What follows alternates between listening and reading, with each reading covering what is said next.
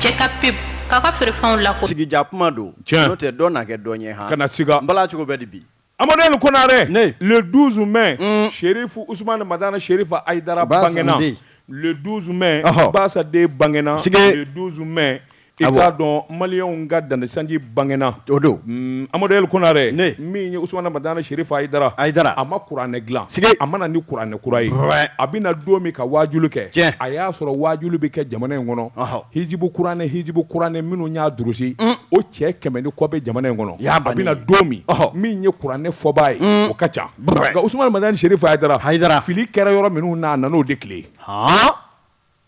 basande an filila yɔrɔ minnu na yɔrɔ minnu di tiɲɛ minnu kɔnɔna i k'a dɔn wajulukɛlaw fɛ ale nan'o de tile Haïdara n'o tɛ a tɛ fɛn bɔ kuranɛ kɔnɔ min ye kura ye o wulibali don nka minnu jɛngɛnna a b'o de tile a banna le 12 mai min ye dankɔrɔba y'a bangena an bɛ dugawu k'a ye a ka dugawu k'an ye hali bi min ye sijan ni kɛnɛya Ala k'o d'an ma tiɲɛ ami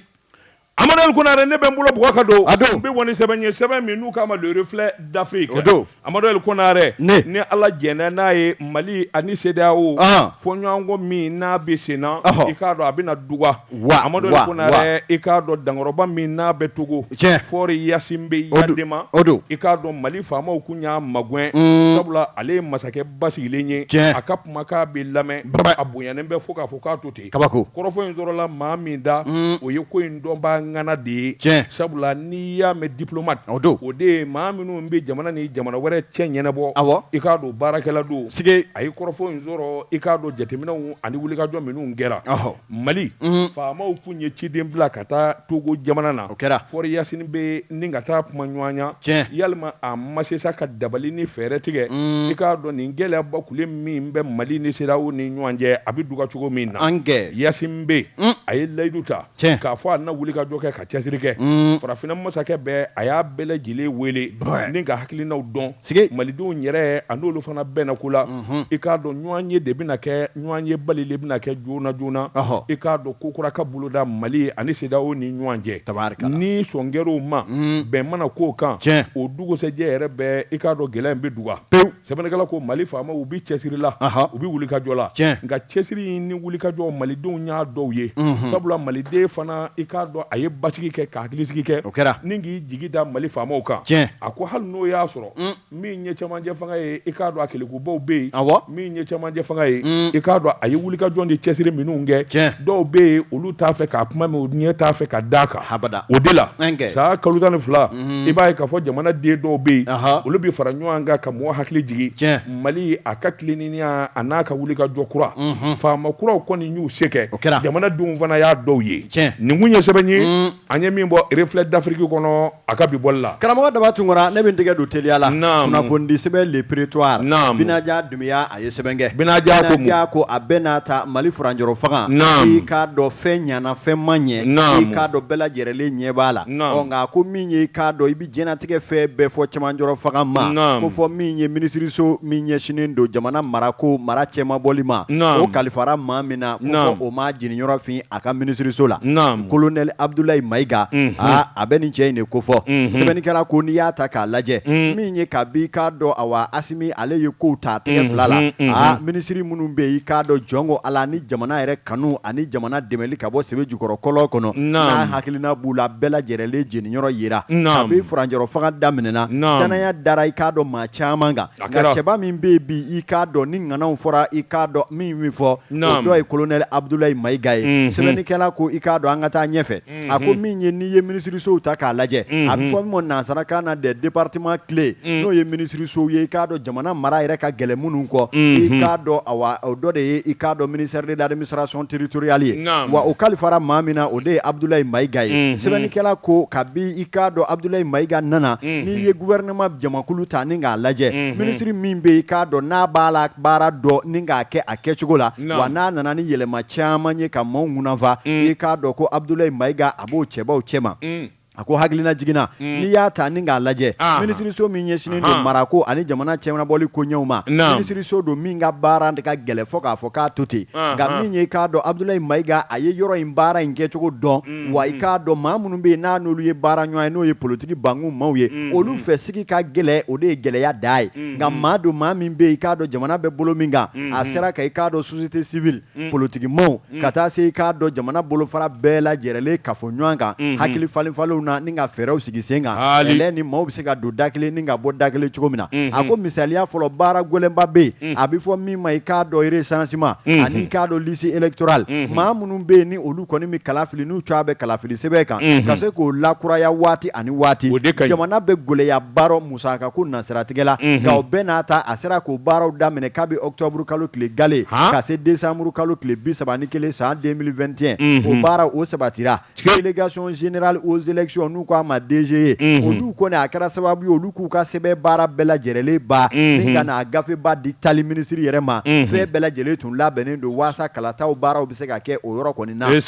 nka ka kɛ ni paraw bilali ye kow la ani gɛlɛya misɛnnin dɔw ye kalafili baaraw olu ma se ka kɛ waati fɔlɔ bolodalenw na i k'a dɔn baaraw tɔw o tora sen na a ko ka fara ninnu kan fɛn min bɛ tali kɛ jɛkuluba kelen ka sigi i k'a dɔn kalata la a kana fɔ karisa e tɛmɛna a kɛra namara kan karisalakaw ye fanga di karisalakaw ma o ka bɔ a la pewu a ye hakili jagabɔ kɛ u ko min ma i k'a dɔn awa jɛkuluba kelen ni o ye k'a dɔn awa liste électorale kɔfɛ organe unique et indépendant de gestion des élections ka se ka jɛkuluba dɔ sigi maa ladiriw bɛ minnu cɛ ma kalafili ka k'a ɲɛkisɛnin kan ni e daba pasera bɛɛ k'a dɔn k'i pasera ma kan ka bɔ a la pewu i k'a dɔn kalata baaraw ka kɛ wa o hakili falenw kɔnɔ i k'a dɔn politiki bankun maa o maa bɛ yen a ye bɛɛ lajɛlen wele k'o lamɛn n'i hakili b'a la maa minnu bɛ yen bamananw b'a fɔ bariko langolo de mankan ka bon i b'a ye n'i ye politiki maaw wele wete kɔfɛ minnu ye 0% ni 1% ye i k'a dɔn kalata labɛnni ko kuma olu de nɛ bɛ kala wa i k'a dɔn olu n'u ka gɛlɛya kisɛ ni i k'a dɔn ko tiɲɛni bɛɛ la Abdoulaye Mayiga a ye nin bɛɛ muɲu ka fɛɛrɛ bɔ k'a da tali sɛbɛnnikɛla ko n'i y'a ta k'a lajɛ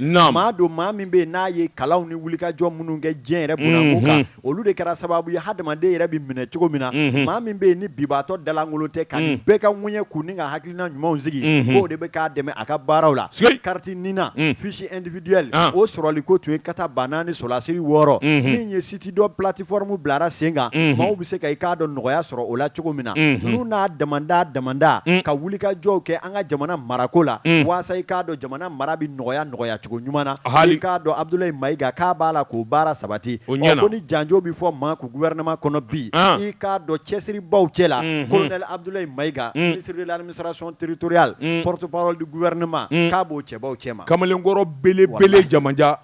waati kuma dɛ kuma t'a fɛ a don vɛsi sɔrɔ man di dɛ fo n'u ye bazɛn tigɛ a ye a ka bɔ a ka jan a ka bazɛnko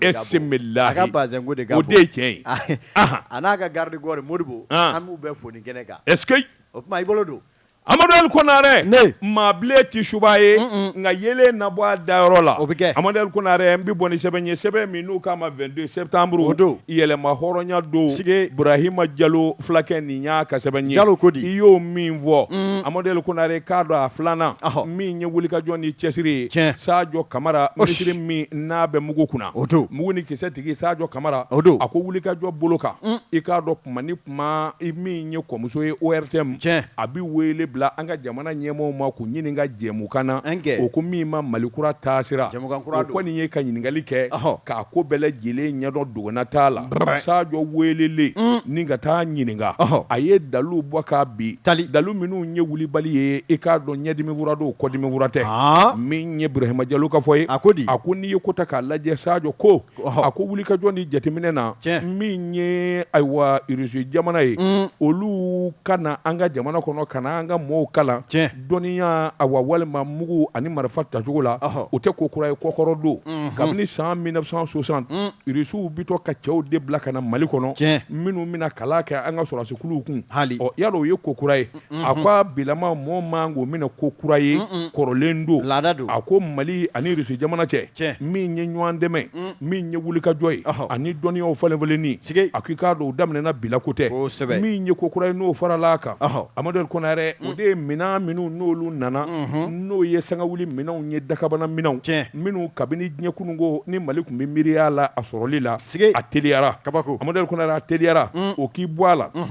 min ye bolimafɛn ni nɛgɛ don Amadou Konare k'a dɔn ayiwa min ye a boli ye siga t'a la don dɔ la a na tiɲɛ min ye minɛnkɔrɔ caman ye bolimafɛn caman kɔrɔ de jɔlen kun don a sensabara kan dilanbaliya la a k'o banna irisiw labanna i k'a dɔn ka maa bila ka na minnu b'u ka bolimafɛnw ani maramafɛnw dilan ni min diɲɛna ka jɔ i k'a dɔn tile 2 bɛɛ o bɛ wuli ka jɔ a sen kan a pièce de rechange a n'a dilanlikɛlaw o tɛmɛnen kɔfɛ an ka jamanadenw fana bɛ kala a k'o kɛcogo la a k'o wuli ka jɔ a n'o jateminɛw na n'i ye Mali sɔrɔdasikulu jateminɛ bi i b'a ye k'a fɔ an ye wulikajɔba kɛ wulikajɔba min awa n'a kɔni kɛra ko ye min fusara jamanadenw ma min ye sɔrɔdasikuluw ye min bɛ Faransi ko fɔ barikani yalima k'u ye baara kɛ wa u ma baara kɛ a k'o ɲininkali de kan ka kɛ sɔrɔdasiw la min ye Faransi sɔrɔdasiw ye sabula ale tɛ se k'o ɲɛfɔ a bɛ min kɔni dɔn Mali sɔrɔdasikuluw ka wulikajɔ ni cɛsiri u ye labɛn min kɛ don min u bɛ ko in da fanga na k'a daminɛ kɔrɔ fɛ kana bila jamana camancɛ bolo la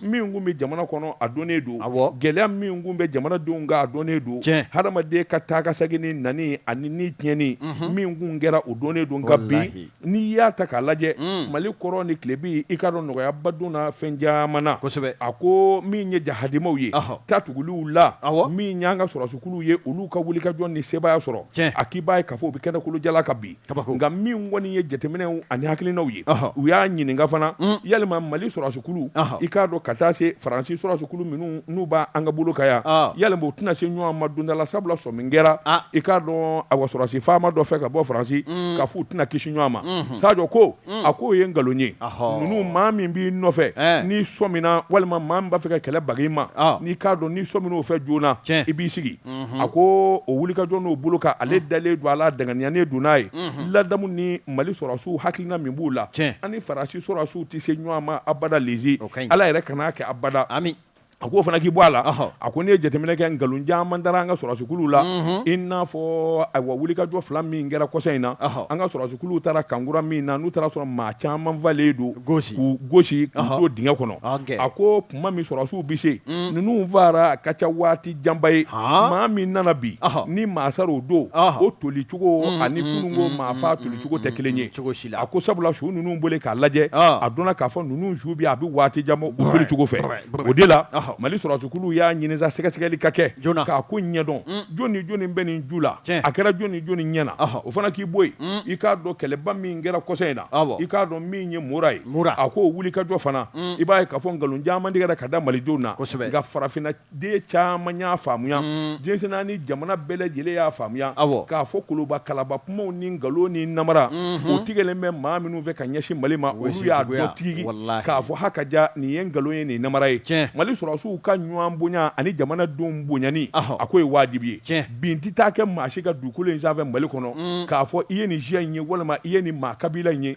walima i bɛ nin dugu in na bin tɛ kɛ maa kan a ko sababu ye mun ye Mali bɛ sɛgɛsɛgɛli de kɛ sɔrɔdasiw bɛ sɛgɛsɛgɛli kɛ ka jateminɛ kɛ u bɛ kunnafoni caman de ɲini yanni kɛlɛ ka wuli n'u ye kunnafoni jɔnjɔn sɔrɔ k'a fɔ maa o maa ye Bamanji ye walima i ye janfandi ye i mana kɛ dingɛ o dingɛ kɔnɔ u bɛ t'i wagaba ka bɔ yen a ko o tuma min ye Malidenw ye an ka da l'armée na min ye Malidenw ye an ka da jamana faamaw na min ye Malidenw ye an ka da an ka sɔrɔdasikuluw la dɛmɛ ni hakili ɲuman i k'a dɔn an k'o ta k'u sɛgɛrɛ i bilen ma se ka dɔwɛrɛ kɛ nka nin kɛra yan nin kɛra nin dɛmɛna yan a ko Maliden bɛɛ lajɛlen kan ka se k'o kɛ i kɛra duguba kɔnɔ o i kɛra kungokolo kɔnɔ o i kɛra i ka foro kɔnɔ o i ye dunan ye i ye maasure ye maa min d'i ka jamana den ye min d'i ka dugu den ye ɲɛfɔli kɛ nin kun ye sɛbɛn ye an ye min bɔ 22 septembre kɔnɔ yɛlɛma hɔrɔnya don karamɔgɔ Daba Tunkara ne n'an tɛgɛ don teliya la kunnafoni sɛbɛn l'investigateur mɛ min bɛ i k'a dɔn n'o ye u ka la rédaction olu ye sɛbɛn kɛ a ko jamana o jamana bɛ i k'a dɔn n'a lakanana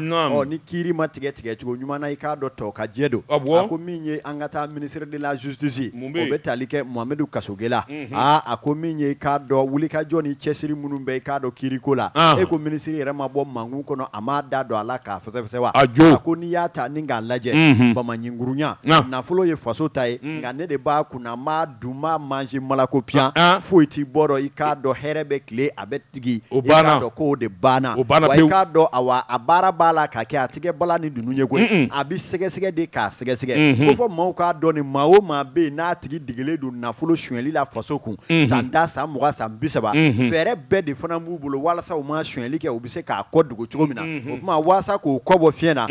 akoy ka do ni ma sege jonjo bla senga wasa ko mana wuli fili foi kana yala I ka do ko de be bara do sumanya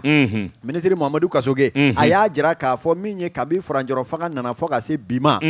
jamana kuntigi yera no e colonel Asimi Goita fe mimbe na matlunge ko latlekele ako minye nyakili baliani kiri tige chugujuya ngana mu ni bamanyinguru ya mime jamana ingono I ka do ay wuli aka fere nyini ala jona fengo fembe no ye ne joro ye ala I ka do tuna dlo chugoshila o kama dangana yaw dira ministry minye shine kiri koma bela jele tundale mala Muhammadu Kasoge ye maye kiri bunangu ka ma mimbe I ka do na ka wuli ka jo ka boko sebe sabula aye ka do dalu jonjo yira kabi poli economique la o de kama danaya kroyara ka ninga singa ake kiri ministry ye o de kama wuli ka jo ni bara o kalifara la o wa sebe nikela ko ayira ka fola o bara o damne na ko akwa me watini mina iko sisa karamogo de batungura mime talike awa kiri twala sebe bakele sebe kemenani ani biworo ani fla I ka do nga fo olu de tara ningo yuguba olu yuguba li konala minye kiri sebe kemeworo ani bikononto olu koni tara ningo fese ko kono nye bela jerele do ninga singo taka to di kiri tigela unye koro tani ako ofana nchema kiri doshe kemefla ni biwolo vla ani duru olu koni ne tara ningo olu juge ko batai ko jotigi joningo jalaki nafolo sefa wari mimbe I ka do ni segesegeli be olu kunga no de nyema tununi siga kele do la ko nyema tununi malikono o de sefa wari miliyari bakele miliyari mugani wolovla million keme ni million tani kononto wa keme ani wa biwolovla ni ko ani keme na kunga fe baba kuma na e warba la hawla wala quwwata illa billah nimbi dagnya jamana dumenga ko be ke jamana bonile dume akam so bamunu vle aseido akam mabli bele baw nunu ne do udona nunu ne do so ela do ba aseila wa amorel kona nyini ngalite wa ande kurukuna anda jula ande marché nyini marché ti dama amodel kona re ka do daba iye jel denye ka kuma jana na bakile mine an ga naso bi bonni ndela nga ne to ko fagu ndina ngani wa tamene bulu ka wa kile ni ga jeliba mo nga million dami di jeliba mo wor yoro wo yoro o ba soro jolibe jatigi ko o madia de ayo nam sebani gala ko ni miliyari hage min volen ministry de ko bolibala ka ken ni no fe ne ye nafolo ye jamana fama malidenw u ya dun ka manger ka ba tai I ka do ku sigi ku nyeke I go japma wara nye I go ko make o kuma boli de be ni no fe I di ma temanye haraba transition donata u ye ka jago yake u ya donda a bela jeleba kalama ala na krache u ye nafolo mi u ba do transition nyet na temasika a beka boli de ni nga se ministry ko boli te dange ako minye ka do ni musaka hage mi forani ni minye ni choko mina abinyini tene ko ako kwa wulika jo konala minye mamunu be no lu minena kaba wali mamunu nono boli damnena olu de boli la chugu nafolo hage mi be nu yo sara kaba sefa wari miliyari nani million keme fula binani ani kele wa keme ani wa mwani ko I ka do okoni salula kaba munu ye do sara kaba ka farauka ni ya me caution ma munun be kiri la ni diado nyakili bereni bi toroku ki ka ngani musaka hage ne sara I ka do o mi zoro la folo ni do blara liberté provisoire la o bita sefa war milliard tan ani duru million keme saba million bi wolovla ni fla I ka do ani wata ni wolovla ani drome bisheki ni fla I ka do o salo la folo munun be nu minena yurugu la nu blara ko liberté provisoire u ye caution mun zara folo na tobe ko fe o be talike o musaka la halibina ka bi ministre ka fola ako minye ka damne fo ka se décembre kalo san 2021 ma I ba ye ka fo nafulo hage min be I ka do ni session daile la o session konala I ka do sefa wori milliard kele million keme duru bi wolovla ani I ka do wolovla ka se wa bisaba ani akunga fema olu ko ningera musaka uye munu fana tarakira o konala ako ka farani o kan abi fo mi mako amandi no ye nyakili musaka ye I ka do bereni torola ka o musaka munu nyakili berebi o biti jo sefa wori I ka do a million kɛmɛ wɔɔrɔ million 30 ani 9 ani 80,000 o fana taara kira a ko min ye ka fara nin bɛɛ lajɛlen kan min ye k'a dɔn ɲagili binna maa minnu kan kiiri senfɛ n'a bɛ fɔ dommage et intérêt i binna karisa kan walima i binna jamana kan ni nafolo hakɛ sara jamana ye i k'a dɔn musaka min bɛ yen ni o bɔra maaw kun o la CFA wari million 260 ani 60,000 dɔɔni don koyi sɛbɛnnikɛla ko i k'a dɔn o kɔfɛ condamnation karisa i nɔ yera a sɛgɛsɛgɛra k'a fɔ i nɔ bɛ ko la i k'a dɔn o hakɛ min bɛ yen ni kiiri maaw y'o salo k'o da ni dalu jɔnjɔn ye tali i k'a dɔn o musaka hakɛ min bɛ yen ni o ka kan ka sara n'o bɛɛ ma sara fɔlɔ n'o ɲinini bɛ sen na miliyari 80 ani 6 i k'a dɔn million 800 million 70 ani 3 ani k'a dɔn 90 ani dɔrɔmɛ 100 immeuble bɛ ACI la ni wari ma sɔrɔ u k'o feere immeuble bɛ ngi ɲininka quartier du fleuve la ni wari ma sɔrɔ u k'olu feere hali dugu jukɔrɔsow b'a la a caman den o kuma a bɛɛ bɛ sɔgɔ bɛɛ wari jɛ bilalen don forow kɔnɔ mobile dogolen don forow wallahi Allah ka sokɛ n wele n k'u yɔrɔ jiri la i b'u yɔrɔ dɔn wa n caman ka u dogolen don de kelen fɔ ne ko maa min bɛ maaw ɲɛ minɛ ka na ko fɛn min suyana k'a dogolen filɛ k'o tigi m'o bɛɛ dɔn gansan wasafurula ye jamana in kɔnɔ ni min kuma jugu rɔ kiiritigɛ o k'i wele k'a fɔ i ye nin min fɔ kalo don tɛ fɛn dɔn dɛ ko n'an ye bamanjiw ye ko la population doit collaborer mais n'an ye yuruguyurugukɛlaw mun bɛ ka jamana sigi sen sabara la la population doit collaborer on collabore e bɛ mobili baw dogolen yɔrɔ dɔn e bɛ étage baw jɔlen yɔrɔ dɔn o tuma mission kura dir'i ma c'est un indicateur i bɛ bila kiiri ɲɛ sɛbɛnnikɛla ko ministre a ye nin dalu a y'a bɔ a y'a di a ko an bɛ donni min na i ko bi fɛn 2 de bɛ yen fɔ janto ka ko la yuruguyurugu kɛlɛli kɔnɔ ka maa minɛ k'a datugu k'a sɔrɔ i k'a dɔn musaka min bɛ yen ni o ma sara fo jate ka kɛ o de fana la o tuma maa fana bɛ yen n'i y'a minɛ k'a datugu a ka musaka sara ni ɲagili fana dara kan musaka saralen kɔfɛ ni ɲagili ma d'a kan k'o fana ye ko wɛrɛ ye o tuma jate de bɛ kɛ nin bɛɛ lajɛlen na maa ma faso nafolo dun fɛɛrɛ bɛ se ka kɛ cogo di nafolo ka sɔrɔ k'a bila waganden kɔnɔ o kɔfɛ fana ka ɲagili dasi i kun waasa maa wɛrɛ kana ɲɔgɔnna kɛ ko nin 2 de bɛ don ɲɔgɔn na wa o baaraw de bɛ sen na a ko tile filanin na i k'i tulo kɛrɛma sigi dɛ jaabi dɔw bɛna bɔ maa minnu bɛ yen n'u ye jamana sigi a sen sabara kɔnɔ dɔw ta kɛra san 10 san 20 a b'u kɔnɔ ko ɲinɛn kɛlen don a kɔ ko ɲinɛn ma k'a kɔ dɛ kunna sini o don n'an kɔrɔ ko fournisseur dɔ nana ka sin ka na taliba kɛlɛkɛminɛn dɔw bɛ bolo ka na ko a ni sɔgɔma ko ministre Sadio bɛ yan wa ko nin kɛlɛkɛminɛnw kabi 2014 ko nin wari kun dira ko k'a sa ko a minɛn filɛ nin ye a jodo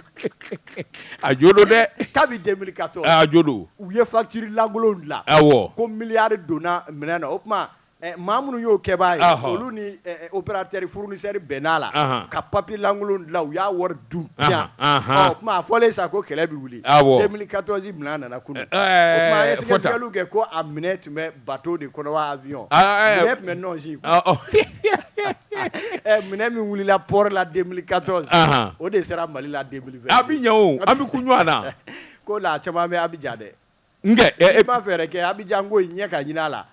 min ma kufɛ o bɛ kusu co bi n bɛna taa bɔ n jatigiw ye Abidjan sa o dɔ kɛra o Mariko kibaruya ma sɔrɔ ayi a tɛ Abidjan kɔni ale ye fɛn de ale bɛ bɔ dugu Kɔlɔnjɛba Kadu olu tɛ jaliko ɲɛdɔn an tɛ taa ye Hamɛ Jakite jɛ ka pib k'a ka feerefɛnw lakodɔn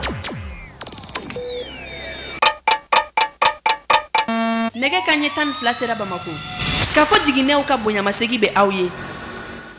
karamɔgɔ daba tun wara bala cogo bɛ di ko kura Amadu El Konarɛ n ye san 10 kɛ kiiri la kiiri diyara n na maa min ma deli ka taa kiiri bulon la o ka fisa i ye Amadu El Konarɛ n bɛ n bolo bugɔ ka don n bɛ bɔ ni sɛbɛn ye sɛbɛn min n'u k'a ma Nouvelle Horizon ɲɛdankura maa min ye sɛbɛnnin kɛ a tɔgɔ de ko Mahamadu S Tarawele Mahamadu ko a ko i k'a dɔn ayiwa min ye kiiri bulon ye i n'a fɔ i y'a fɔ cogo min na Amadu El Konarɛ i k'a dɔn dabali banko a ko o don ko kiiri bulon a tali jɔlen kun bɛ ka ɲɛsin min ma o de ye kamalengalaki dɔ ye u k'a ma ko Etienne fa Kaba Sisɔgɔ Etienne fa Kaba Sisɔgɔ l'économiste o don a ko juin kalo tile fɔlɔ nata e ko kiiri ma bɔ a don a kɔrɔ ka bila o la wa a kun i k'a dɔn min ye tribunal de grande instance commune 4 na a ko i k'a dɔn jalaki yɛrɛ de talen don tribunal yɛrɛ fɛ k'u yɛrɛ sɛgɛrɛ sabula sɛbɛnfura dɔw kun bɛ a bɔ sɛbɛnfura la kiiri don olu ye majɛngɛ sɛbɛnfura ninnu dun na cogo di i k'a dɔn kiirikuntigi ye tuma min n'u ye kiiri dayɛlɛ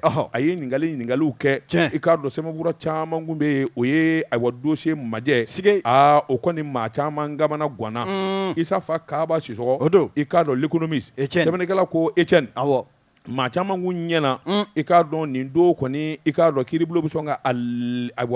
i k'a dɔn fiɲɛbɔda d'a ma nka sɛbɛnfuraw tununi kɔni o kɔni kɛra dama gasi ye tribunal la min ye tribunal kɔni ye i k'a dɔn kiiri bilala don wɛrɛ la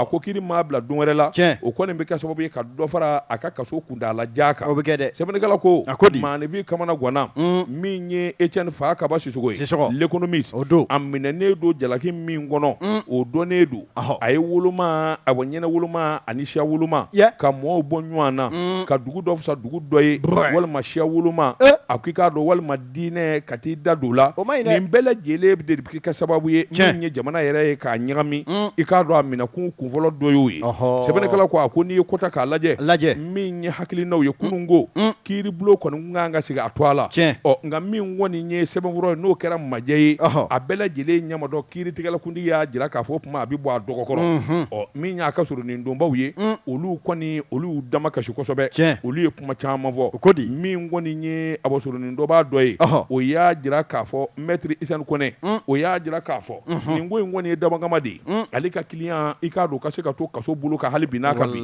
ko nin bɛ kɛ kɛcogo jumɛn in na a ka gɛlɛn min ye kiiri ye i k'a dɔn sɛbɛnfuraw bɛ kɛ a bɔ sɛbɛnfuraw bɛ mara kiiri bulon de la olu de b'a kiiri kɛ u de b'a sɛbɛnfuraw doni o bɛ se ka tunu cogo jumɛn in na o tuma nin ye dabangama ye min ye Etienne yɛrɛ ye a y'a jira k'a fɔ ale kɔni i k'a dɔn ale b'i dama kasi in kɔni tɛ dɔwɛrɛ ye nin ye dabangama de ye sabula i k'a dɔn kɛwale min dalen bɛ k'ale sɛgɛrɛ i k'a dɔn bagama don ani se t'ale ye ka sababu kɛ jamana in a kɛn bɛ a bɔ bolo kelen ye cɛmancɛ fanga cɛ o cɛ n'i bɛ i tɛ cɛmancɛ fanga in fɛ walima i mana ɲini k'a fɔ ayiwa i b'a lagosi nin damanda de b'i sɔrɔ o tuma politikimɔgɔw ka janfa i k'a dɔn de talen bɛ k'olu sɛgɛrɛ o tuma wulikajɔ bolo ka ani jateminɛ fo wulikajɔ wɛrɛ de ka kɛ hakilinaw ka se ka jidi cogo min na a ko n'i y'a ta k'a lajɛ min ye Etienne fa Kaba Sisɔgɔ l'économiste jalaki wɛrɛ bilalen kun do k'a kɔnɔ i y'a dɔn o ɲɛ sɔrɔ deba o de ye fo Isaac Defo a t'an bɛ kalansɛbɛnw da k'a fɔ a y'o kɛ i k'a dɔn o kɔni nkalon tigɛra a bɔni ko ɲɛdɔn Amadu El Konare i k'a dɔn dɔ fara la dɔ kan sɛbɛnnikɛla ko a ko Mali kiiri bulon min kɔni a ka sɔrɔ nin donbaw ye olu kɔni y'u sɛbɛn kɔrɔsɔn i k'a dɔn damakasi la Etienne fa Kaba Sisɔgɔ a yɛrɛ y'i dama kasi kosɛbɛ nka i k'a dɔn nin si tɛ dɔ bɔ a la min kɔni ye kaso ye a na tɛmɛ n'o ye sabula sɔmin kelen don k'a fɔ min kɔni ye bolobɔngana ye o kunna kɛ n'a ma ɲɛ k'a fɔ sɛbɛnfuraw olu ɲɛ ma sɔrɔ o tuma a bɔra yɔrɔ min a bɛ segin nin kun ye sɛbɛn ye a ɲɛ min sɔrɔ ka bɔ nouvelle région kɔnɔ ɲɛdankura karamɔgɔ Daba Tunkara min ye Sirakɔbakaw min ye Sumayila Kulubali olu ka dɔgɔtɔrɔ ɲɛmaa don ko k'i fo Sirakɔba i tɛ yen fa nɔ ayi o bɛ mini don dɔ an bɛ taa a b'aw ka fanfɛ jamana in dɔ don wa anw ka fanfɛ mini Kolokani yanfan ye k'a daminɛ Katibu a bɛ Kolokani mara la a dugu b'o yɔrɔ la ko ɲɛ tɛ ka kɔrɔ k'a ye k'a ni ce an tɛ Tezara premier min fara kɛ jɛkulu in na min b'a to i k'a dɔn gɛlɛya min n'a ye filaw sɔrɔ u sigiyɔrɔ la i k'a dɔn lafiya bɔda ni dɛmɛ bɛ ta k'u sɛgɛrɛ kabini san 2018 min ye ayiwa dankɔrɔba ye n'o ye Amadu Diko docteur Amadu Diko docteur Amadu Diko ale de ye denmisɛnw ka jɛkulu ɲɛmaa ye Amadu El Konare i k'a dɔn a ye tɔgɔtiɲɛba sɔrɔ Amadu El Konare sabula n'a fɔra k'i hɔrɔnkɛ nin den ɲa kulu belebeleba fulaw ka jɛ tɔgɔ taara sɔrɔ nin na i k'a dɔn ŋanamu ni suwani na a bɛ maanifin kuma suli sɛbɛnnikɛla ko i k'a dɔn jɛjugu laban ye ɲɔro ye a ko cɛ in mɛnna nin ko in na koyi Amadu Diko docteur Amadu Diko a mɛnna na de n'o tɛ nin ko in i k'a dɔn a ka da tile ka janjala min kɔni ye ɲɔgɔn janfa ye o de kɛra sabula i k'a dɔn o kun kelen bɛ ka jɛsigi min ye dɛmɛ o dɛmɛ n'a bɛna di awa tabital pulaku ma i k'a dɔn a bɛ di olu de ma k'u k'a tila mɔgɔw ni ɲɔgɔn cɛ maa ka ca minnu bɔra u sigiyɔrɔ la maa ka ca minnu ka nafolo tiɲɛna maa ka ca fila ka misi ni saga tiɲɛni i k'a dɔn o ye magariko da ye o tuma dɛmɛ ka taa k'u sɛgɛrɛ nɔnɔ b'a la sukoro b'a la malo b'a la i k'a dɔn a tulu yɛrɛ b'a la min jate nana minɛ kɔsa in na jagokɛlaba dɔ ye a dɛmɛ ta ka jɛkulu in sɛgɛrɛ a dira ale de ma kɔrɔlen ale de b'u bɛɛ lajɛlen tila Amadu El Konare i k'a dɔn ani jagokɛla dɔ jaja bɛnbɛn bɛɛ b'u ni ɲɔgɔn cɛ a mɛnna janfa in na a sina k'a bɛɛ feere ten $1,000,000 subhanalahi fɛn mun bɛ ka di ko nin déplacer mun bɛ kɔlɔbɔ ko ka taa d'u ma maliden dɔ k'o feere a y'i da kan Docteur Amadou Diko hinɛ banna fasirikɛla ko a ko in gɛlɛyara fo k'a fɔ k'a to ten o bɛ kɛ a dun dɔnna cogo di Amadu El Konare k'a dɔn tuma min n'ale y'i da fɛn in kan k'a feere i k'a dɔn danayabaliya nana don a n'a jɛɲɔgɔn dɔ cɛ o k'a ma nin fɛn min filɛ nin ye n b'a kalama n'i mɛ nin yɔrɔ di yan i bɛ malo dɛ mɛ nin yɔrɔ di yan i bɛ malo Amadu El Konare i k'a dɔn ko in sina ka taa da kɛnɛ ka ten tandara o bɛ kɛ sɛbɛnnikɛla ko a jɛkulu in yɛrɛ min ye tabitala pulaku o don i k'a dɔn ɲɛmɔgɔw nana kunnafoni mɛn k'a fɔ dɛmɛ minnu dira a détournera $9,000,000 bɔɲɔgɔnko Amadu El Konare o tuma k'a sɔrɔ nin tɛ a ye joli ni joli de ɲaami a ye joli ni joli de dun a ko ayiwa min ye wulikajɔ ye déplacé n'o ye fila minnu bɔra u sigiyɔrɔ la i k'a dɔn a caman bɛ falajɛ ani ɲamana Amadu El Konare k'a dɔn balo ani nin dɛmɛw bɛ ta k'olu de sɛgɛrɛ i k'a dɔn waati jɛkulu yɛrɛ bɛ fara ɲɔgɔn kan ka wari bɔ waati maa ŋaniya ɲumantigiw nin jagokɛla in kɔni ye nin de ta ni ka n'a di Docteur Amadou Diko sɛbɛnnikɛla ko dankɔrɔba sina k'i da bɛɛ kan i k'a dɔn $1,000,000 a ye fɛn ninnu haraba feere de $1,000,000 Amadu El Konare k'a dɔn jɛgɛkɛla dɔ ma tuma min ni bɔ nana k'a kalama u y'a wele ka taa ɲininka Amadu El Konare k'a dɔn a ye jɔnkala fɔ a jɔra a la koyi ka sababu kɛ ɲininkali kɛra nin minɛn in nin minɛn nin sukoro nin nɔnɔ a malo i k'a dɔn a bɛ mini association tabaku ɲɛmɔgɔw u y'a ɲininka fo k'a dala k'a ban fulakɛ a ye jɔnkala fɔ i k'a dɔn a ko tiɲɛ yɛrɛ la ko in kɛra kɛcogo min a y'a fɔ nin tɛ dɔwɛrɛ ko fɔ suɲɛni kɔ nin tɛ dɔwɛrɛ ko fɔ janfan kɔ a ko ni maa min ye ko ta k'a lajɛ fulaw yɛrɛ dama ni ɲɔgɔn cɛ nin bɛ maanifin danbe bɔ i la nin jɛkuluba in i k'a dɔn a bɛ maa koloma a bɛ maa danbe bɔ i la kosɛbɛ a ko wulikajɔ bolo kan min ye valeur min bɛ minɛn in na a ka ca $9,000,000 ye a sina k'a jaasi ten a k'a wari jɛ minɛ ɲuman nege bɔ maaw la jagokɛla min y'a san i k'a dɔn a y'o fana jira sɛbɛnnikɛla ko a ko wulikajɔ bolo kan ani hakilinaw fulaw ka denmisɛnw ka jɛrɛjɛkulu ɲɛma n'o ye a jeunesse tabita pulaku o don a ko i b'a ye k'a fɔ min ye bɔrɔ 1,380 ye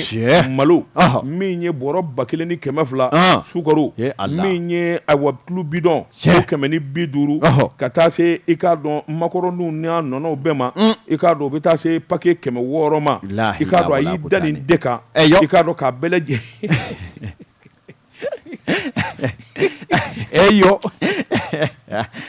ma gɛlɛyara Docteur Amadou Diko ana susana a ɲaami fɔ maaya a ɲaami de Amadi ali gɛlɛyara a ɲaami $1,000,000 kɔnɔ kaso bomba hali bɛ Amadou Diko dɔ ni o don o tɔ bɛ nin kɔ a ko hali ni cɛ kɔni ma taa kaso la malo da kelen kɔni a biro kɛnɛ kan sabula u y'a wele ni ka taa jɛkulu in a ɲɛmaaso la ka taa ɲininka dalakan na joona i k'a dɔn a fulakɛ ma se ka dɔ yɛrɛ fɔ a tɔni min kɔni tora yen sa a y'o de jira haraba minnu ma se ka feere a taara n'o tɔ ye k'o cɛ ka na nka $9,000,000 kɔni o bɛ majɛ kɛ minɛn na nin kun ye sɛbɛn ye dugutigi fana Keyita ka sɛbɛn don an ye min bɔ sirani kɔnɔ a ka bi bɔli la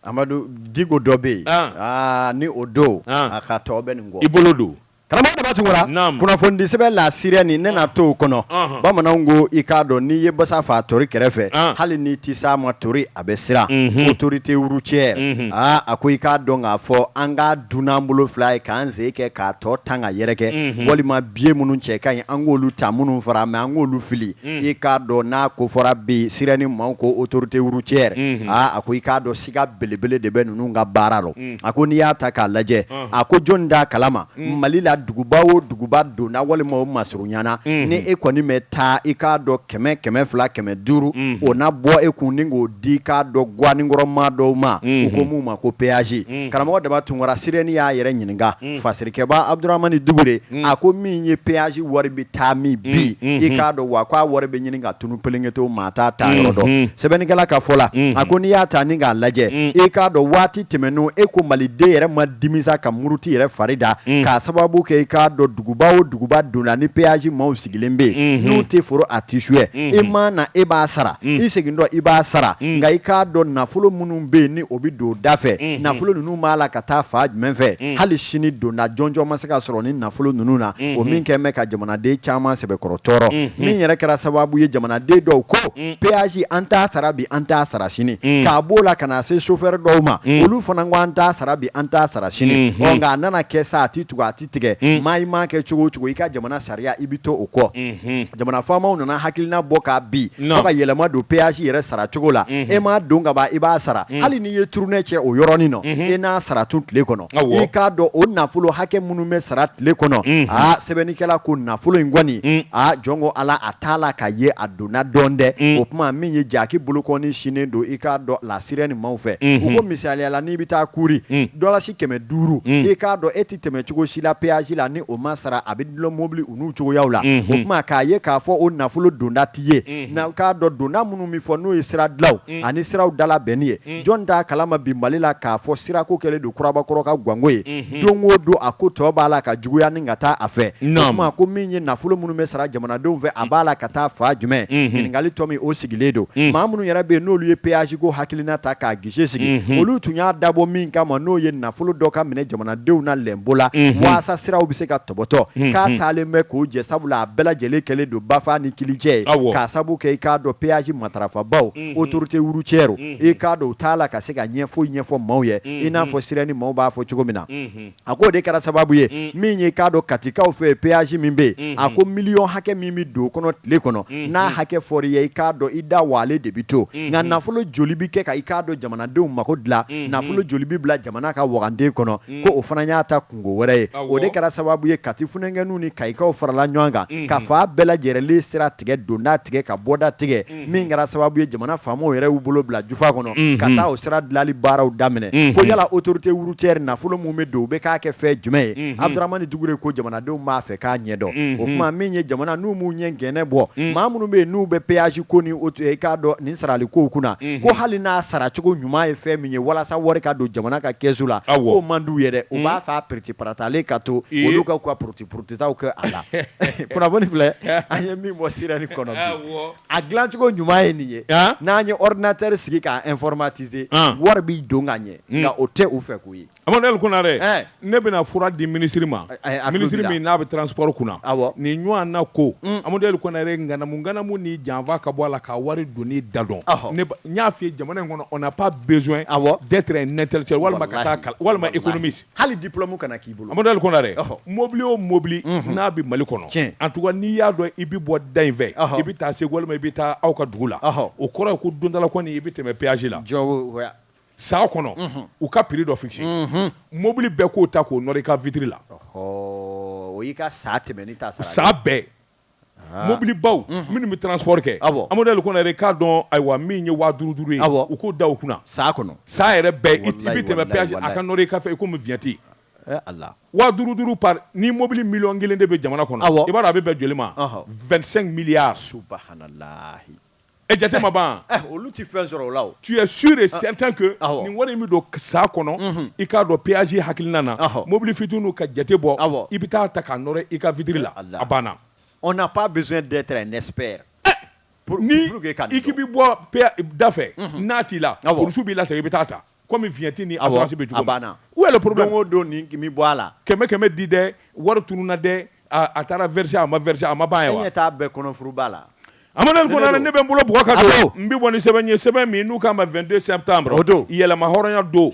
ni docteur Amadou Diko no kera wa talikela yi ika do fla talikela manja anyu mangela de kacha jamana kono fla nyuma ani fla barakela afoko Aliou Diallo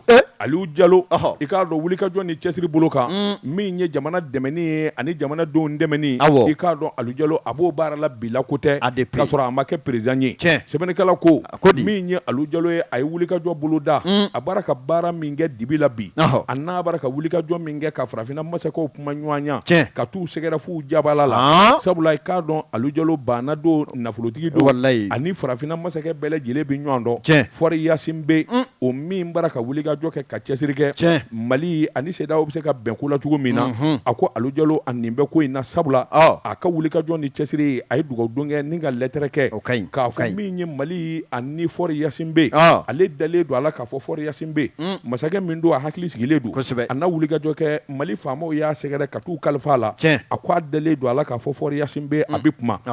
dama tɛ a dalen do ala k'a fɔ CEDEAO a kelen bɛ ka gɛlɛya min da ka Mali sɛgɛrɛ a bɛ wuli sɔɔni sabula Fɔri Yasin bɛ cɛ min ye a tɛ kuma ko la gansan i k'a dɔn maa basigilen ba wa a lamɛnnen bɛ farafinna o de la Aliou Diallo ko a bɛ wele da kɛ maliden bɛɛ ma hakilisigi ni basigi transition dɛmɛni ani ka ko ɲɛnabɔ a k'o de bɛ kɛ sababu ye Mali yɛrɛ k'i yɛrɛ sɔrɔ sabula wuli ka jɔ ani cɛsiri o ye maliden taala ye i k'a dɔn an kan ka dɔ fara a kan nin waati in na nin kun ye sɛbɛn ye an ye min zalo ka bɔ ayiwa 22 septembre kɔnɔ yɛlɛma hɔrɔnya don bi ta bɛ bila yan e ko waati ma dafa i ka bangɔni cɛ in ale tɛna na bilen wa joni Goodluck ale de tun tɛ senuna de b'a ye wa a tun accident kɛ de a bɔsilen y'o la nin ye awɔ a k'i nin bɔ nin ye kunnafoni teli ye min ye i k'a dɔn société Sira Global Service ko u b'a da i k'a dɔn bɛɛ lajɛlen kulo kan olu ye cakɛda ye min sigilen don Moribabugu Gabakɔrɔ droit misiri yɛrɛ kɛrɛfɛ station ɲantaw masurunya na k'olu kɔni bɛ safinɛ dilanw safinɛjiw ani minnu bɛ safinɛ kolikɛ safinɛw o kama u bɛna maaw ɲini maa minnu bɛ yen n'olu bɛna se ka feere kɛ u ka yɔrɔw la o mago bɛ maa minnu na o ye i k'a dɔn baki bɛ maa minnu bolo ka san 2 da o kan ani BTD bɛ minnu bolo i k'a dɔn awa laseliw la n'o ye communication ani ka taa se sanni feere ni yɛrɛ mankutu olu hokumu kɔnɔ a ka kɛ maaw ye minnu ye san 3 ɲɔgɔnna ko baaraw la wa min bɛ taa san 35 bɔɲanko la walima o sanfɛ min ye i k'a dɔn subahana mansi dɔɔni ka k'i la ani ka taa se i k'a dɔn maɲɔgɔlɔ minnu b'o kan n'o ye Waldo ani Excel ye maa minnu bɛ yen ni olu b'a fɛ k'u kama u ka baarayɔrɔ nɔfɛ k'u ka boli joona ka taa société Sira Global Service SAR la u bɛna ni papier mun ye o de ye ka demande kɛ ka timbre ko la u ka curriculum vitae ka o kelen kɛ ka photo kɛ o kan ani lettre de motivation minnu bɛ i k'a dɔn olu yɛrɛ galabu u ka ko la fo ka taa se i k'a dɔn diplôme min b'u bolo olu kopiw ye i k'a dɔn ni maa min sera ka ta ko san 1 bɔɲanko ye contrat ye